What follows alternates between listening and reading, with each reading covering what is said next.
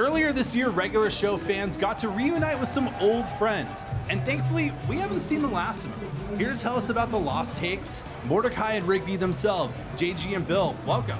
Hey, thanks for having us. So glad you guys are here. It's the last stop. Look how crowded it is. It's Comic-Con. Yeah, there's a few folks. There's a few people. There's a couple Pikachus down there, so that's cool. All right, let's get started. Regular show The Lost Tapes does something different than most remakes and reboots do, which is jump right back into different times in the middle of the original show's groove. Do you consider past continuity when filling in those gaps, or are there any moments that you really want to expand on and just make clearer?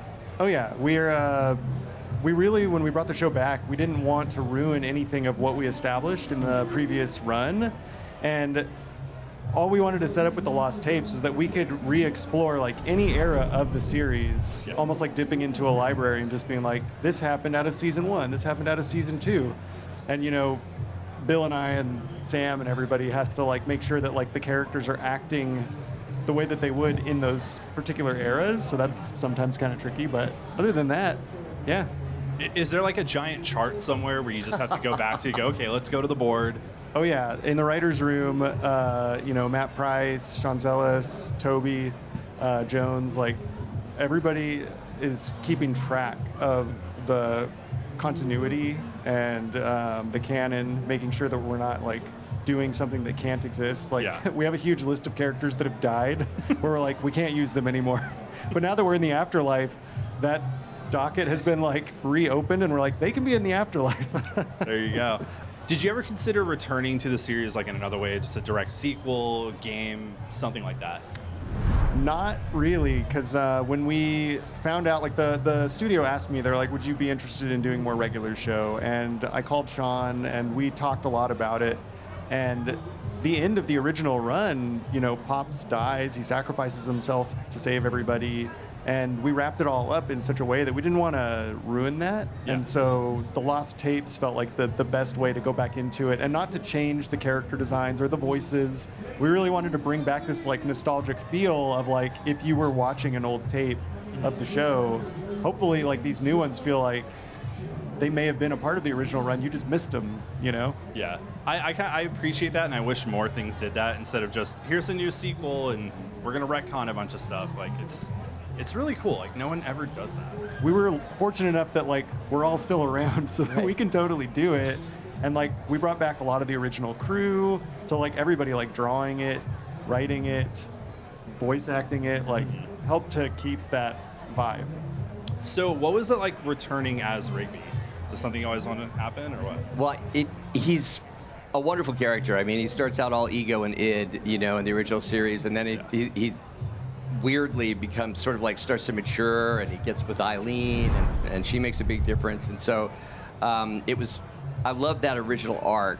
And so going back, you get to revisit times maybe before he became that guy. It was very fun, and you know, I got to do him from 2010 to 2016. So it was, in some ways, it was like putting on an old familiar piece of clothing or something. You know, it was just like comfy. Yeah. Being in the room with these guys again, it's a very funny room to be in. And so, yeah, it was just all very sort of comfy. Do you ever have to, like, say, adjust your voice if you're going way back, or just think, like, what did I sound like back then in this era of the show or anything like that? You know, not so much. I mean, sometimes if we're playing the characters very young, you know, then that makes a difference. But in terms of, I was kind of glad, I can't remember which day we were recording, where the age of the characters came up, and JG was like, no, I think they pretty much sound like they sound, which is just true of humans. You know, it's not until you get pretty old that you start to hear it in your voice. So, yeah, it's kind of cool. That is true. Okay, do you ever find yourself putting more adult-friendly jokes in the show as you go on? Oh, yeah. I mean, from the beginning of the run, when we were first making the show, the network picked it up and they said, we want to make something more aged up, like TV PG. And so that was at the core of regular show. It's what made us laugh the hardest. We're just making the jokes for ourselves. Yeah. And then as the show got more popular, the studio made us tone it down. But coming back, Warner Brothers has been really awesome because they're like, yeah, make it how you normally make it. And we do get notes where from standards and practices where there's certain line that we can't cross. But that is my favorite note, is like, okay, you're not allowed to do that. So then we find a creative way around it. that is almost better than the original joke. And then you get this like layering of the comedy where it's like, if you're too young, you're not going to get it. Yep. So it's totally fine. But for adults and college kids and teens, like they get what we're doing, and we. Better than the original jokes, or if your standards of practice is sometimes worse. But they say yes. But they say yes, yeah. Has there ever been anything where you're like, I really hope we can get this through, and you just kept fighting for it, and they just went, no, it's not going to happen? Yeah, there was the original version of Excellent, which was the episode that we ended up winning an Emmy for. Originally, we were going to have Rigby trying to eat this omelet from, it's like a San Diego restaurant that sells it. Mm-hmm. Anyway, he can't eat it, and he vomits, and the vomit comes to life and tries to train him how to eat the omelet. And they're like, that's too gross, you can't do that. And we spent like a year trying to convince them on it. Mm-hmm. And then finally we were like, maybe he's just allergic to eggs. He goes into a coma, and then Mordecai will try and get it for him. And they're like, yes. And it was way better. And then you got an Emmy for it. So Yeah. there you go. Okay, let's go into this one. The opening of the Lost Tapes and the show in general seem to have a huge love for tapes and physical media and stuff like that, which I am 100% for. Yeah. What are your thoughts on physical media, especially now that everything seems to just be going digital and we have these subscriptions and libraries and stuff that just can just vanish? Yeah, it's happened to us, and I think having physical media is a great way to like protect the things that you love and the version of them that you love, because I've noticed that even the things that we make, seeing them in other places, like they will get edited. Yeah. And it's sometimes I'll be like, wait, there was a scene right there, and they'll cut it. And so if the physical media goes away, it just means that there's the potential for you to kind of miss out on this thing that maybe was your favorite part. Maybe that gets cut for whatever reason. And so we're always like diehard fans of media and putting it in the show. Even at the beginning, I remember when we pitched Lost Tapes, they were kind of like, are kids gonna know what tapes are? And we're like, it'll be fine. It'll be fine, they'll see. Let's see it all come to the Criterion Collection soon. So Yeah. that's the one I really want to get. Okay, this season, Mordecai and Rigby have been mistaken for aliens by the government, turned their friend into a Chester Cheetah-like boba monster, and infiltrated a Stiltwalker father figure cult. Has there been a concept that was so crazy you got pushed back? So not standards and practices, but just like, that's just too out there for this show.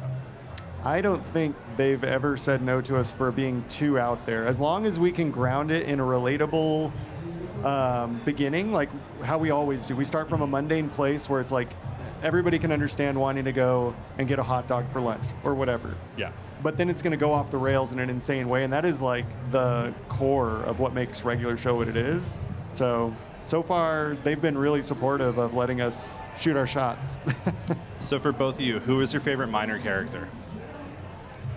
Minor character. Well, at one point, I probably would have said Death.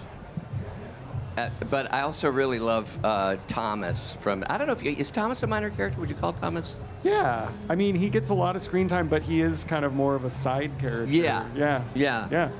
I also really dig the giant babies. Oh, yeah, they're great.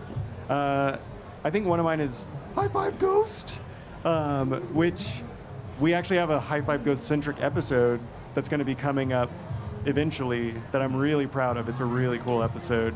And we have a bunch of other really good ones coming up, like a Halloween special that we try to touch more on the tertiary characters in this season, and they get episodes of their own. And so it's really fun to be able to see more about them that, we didn't get to from the first run. It's like you read my mind, because the next question is about a Halloween special. Can you tell us about that?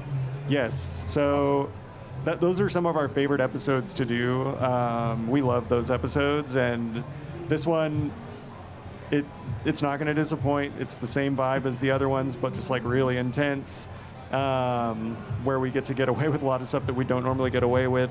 And it's going to be coming out in September, like around October. We tried to make sure that it would land closer to Halloween, because I was like, well, don't put it out in like the 4th of July or something. You can catch regular show The Lost Tapes on Cartoon Network, HBO Max, and Hulu. And you can catch more Comic-Con right here on IGN. So stick around.